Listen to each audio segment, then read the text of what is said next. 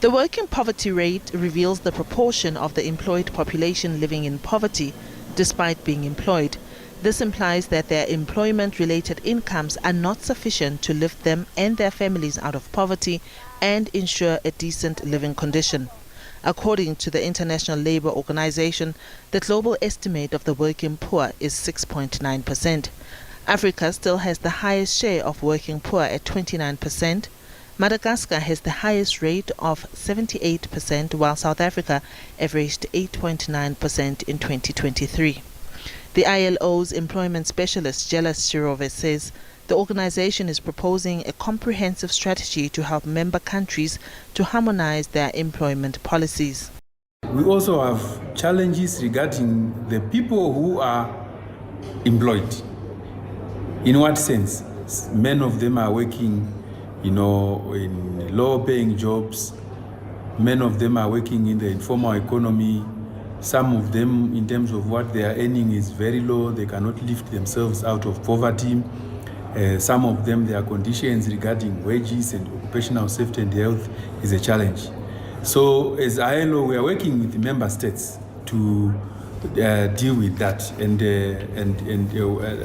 what we are doing in general is we are proposing a comprehensive approach where the different sectors of the economy, where employment creation happens, where also those who are responsible for developing monetary policies, fiscal policies, are making sure that their policies are harmonized.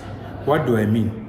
It is very important to make sure that the economic policies have an employment lens. In other words, we need to assess the impact of our policies on employment creation. Although the unemployment rate decreased by 1.4% to 32.1 in the third quarter in South Africa, it still remains very high, along with its neighboring countries in the SADC region. The youth, in particular those aged 15 to 34, remain vulnerable in the labor market. Sirove has called on countries to tweak their policies to encourage job creation in different sectors. While the rates have come down, they are still very high comparatively. If you compare the unemployment rate in South Africa and Eswatini, for example, they are very high compared to other African countries. And it's still a concern because we have a huge number of people who could be producing goods and services, but who are not.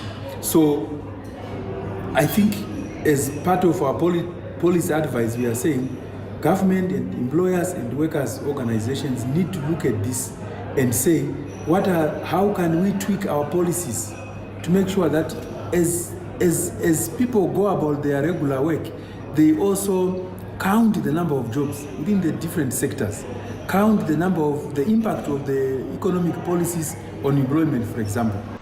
The ILO says it provides impact support for policies. This includes how governments can coordinate themselves better through an employment policy framework. Diabo Seto, SABC News, Johannesburg.